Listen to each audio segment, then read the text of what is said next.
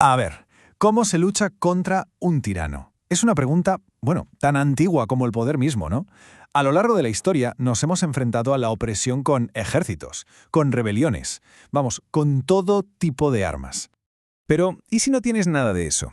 ¿Qué pasa cuando la protesta abierta es simplemente imposible? Cuando el único espacio que queda para la disidencia es una simple hoja de papel. Una que pasa de mano en secreto. Bueno, pues vamos a meternos de lleno en esta historia, porque hoy vamos a desgranar un caso fascinante de la España del siglo XVII, una época en la que los poemas anónimos y la sátira, sí, la sátira más mordaz, se convirtieron en un arma política y sorprendentemente eficaz, nada menos que contra uno de los hombres más poderosos de toda Europa.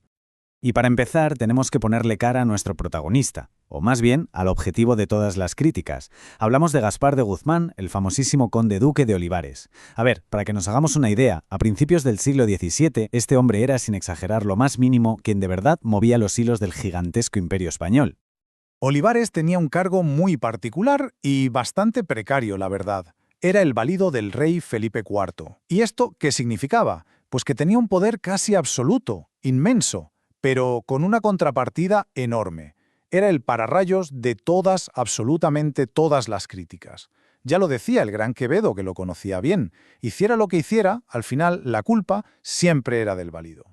Y su gran ambición, su proyecto de vida, se resumía en ese lema que vemos: muchos reinos, pero una ley. Lo que él quería en el fondo era unificar todos los territorios españoles, que eran súper dispares entre sí, bajo un único sistema de leyes e impuestos. El objetivo, pues nada menos que restaurar la antigua gloria de España. Y para eso, claro, necesitaba centralizar el poder como no se había hecho jamás. Vale, la ambición era grande, pero ¿cómo sentó todo esto? Pues como nos podemos imaginar, estos grandes proyectos de Olivares tuvieron un coste tremendo. Un coste que pagó sobre todo la gente de a pie. Y ahí, justo ahí, es donde se plantaron las semillas de un descontento que no pararía de crecer. Es que sus reformas, por muy ambiciosas que fueran sobre el papel, se volvieron enormemente impopulares, y es lógico, para una población que ya las estaba pasando canutas para sobrevivir, todos estos proyectos se veían como lo que eran, una carga directa, insoportable. Era la prueba definitiva de que el gobierno vivía en otro mundo, completamente desconectado de su sufrimiento. Y claro, toda esa frustración, toda esa rabia, no se quedó callada, ni mucho menos. Empezó a salir, a manifestarse en forma de versos. Versos afilados, furiosos, como este que empezaron a circular de boca en boca por las calles de Madrid. Hay que pensar que en una monarquía absoluta como aquella, la protesta abierta era, bueno, increíblemente peligrosa. Te jugabas la vida, literalmente. Así que la gente tuvo que buscarse otra arma, un arma diferente, una que se podía copiar en secreto, pasarse de mano en mano y que era prácticamente invisible para las autoridades. Es que, si lo pensamos bien, estos poemas y panfletos anónimos eran las redes sociales del siglo XVII. De verdad, funcionaban igual. Eran rápidos, se hacían virales en cuestión de días y, sobre todo, eran imposibles de controlar. Se difundían como la pólvora por las ciudades, moldeando la opinión pública totalmente al margen de los canales oficiales. Crearon una especie de conciencia colectiva de oposición. El proceso era simple, pero ¡qué eficaz! Era la manera perfecta de que las ideas disidentes se saltaran por completo el control del Estado. Y así, poco a poco, se fue tejiendo una narrativa compartida de oposición, algo que unía a la gente en su descontento contra el valido. Y ahora viene lo bueno. Vamos a ver exactamente cómo estos poetas anónimos se dedicaron a demoler sistemáticamente la reputación del conde duque. Insulto a insulto, con una astucia y una mala baba demoledoras. El caso del Palacio del Buen Retiro es el ejemplo perfecto de este choque de narrativas. Por un lado, tenías la propaganda oficial, que lo vendía como una maravilla. Pero por otro, estaba lo que veía el pueblo. Y eran, como se pueden imaginar, dos historias completamente opuestas. Aquí los poetas fueron listísimos. Se agarraron a un detalle muy específico del palacio para crear un apodo, que fue devastador. Resulta que el palacio tenía un aviario, una colección de aves exóticas que era famosísimo y carísimo. Así que, ¿qué hicieron?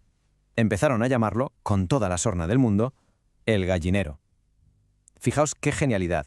Con una sola palabra, una palabra ridícula, consiguieron transformar magistralmente un símbolo de lujo y poder en un emblema del despilfarro y la corrupción. Fue sin duda un golpe de genio propagandístico. Pero ojo, que los ataques no se quedaron solo en la política. Ni mucho menos. Los poetas fueron a hacer daño y se metieron de lleno en la vida privada de Olivares. Usaron el escándalo de su hijo ilegítimo no solo para cuestionar su moralidad, sino para atacar algo mucho más grave en la época, su patriotismo. Y este verso que vemos es pura orfebrería de la sátira. Es que es una pasada cómo mezcla las tres cosas: el escándalo personal del hijo, una referencia literaria a que todo el mundo pillaba al vuelo a un pícaro famoso, el Guzmán de Alfarache, y, para rematar, la conexión con una de las traiciones históricas más profundas del imaginario español. Es que llamar a su heredero don Julián era una acusación de una potencia brutal. Era como sugerir que todo el legado del ministro, todo lo que estaba construyendo, no era más que una traición a España. Era básicamente ponerle a él y a su familia la etiqueta del mayor traidor de la historia mítica del país. Casi nada. Vale, y después de toda esta avalancha de poesía satírica, ¿cuál fue el impacto real? ¿Sirvió para algo todo esto? ¿Consiguieron de verdad algo estos versos anónimos? A ver, seamos claros en esto. Los poemas por sí solos no provocaron su caída del poder. Eso fue por cosas más tangibles, rebeliones en Cataluña y Portugal, derrotas militares, pero, y este es un pero muy grande, lo que sí consiguieron fue algo quizá más duradero: destrozar su imagen pública para siempre. Se aseguraron de que la historia no lo recordase como un gran reformador, sino como lo que ellos querían: un tirano arrogante y un fracasado. Esto lo que demuestra es que la sátira era mucho más que unos cuantos insultos ingeniosos. Fue un auténtico acto de juicio histórico, permitido por el pueblo. Fue la forma que encontraron los que no tenían poder para escribir su propia versión de la historia. Y esta cita, la verdad, lo resume a la perfección. La sátira era la única baza. Era el arma definitiva de los que no tenían poder. Cuando no tienes ejércitos, ni dinero, ni influencia en la corte, te queda el ingenio, te queda la rima, y te queda la increíble capacidad de moldear una historia. Y todo esto nos deja con una reflexión final, una pregunta que sigue flotando en el aire. ¿Quién escribe realmente la historia? ¿Los poderosos que toman las decisiones o la gente que, verso a verso, cuenta el relato de esas decisiones? El caso del conde duque de Olivares parece sugerir que la pluma, a veces, puede llegar a ser mucho más fuerte que el cetro,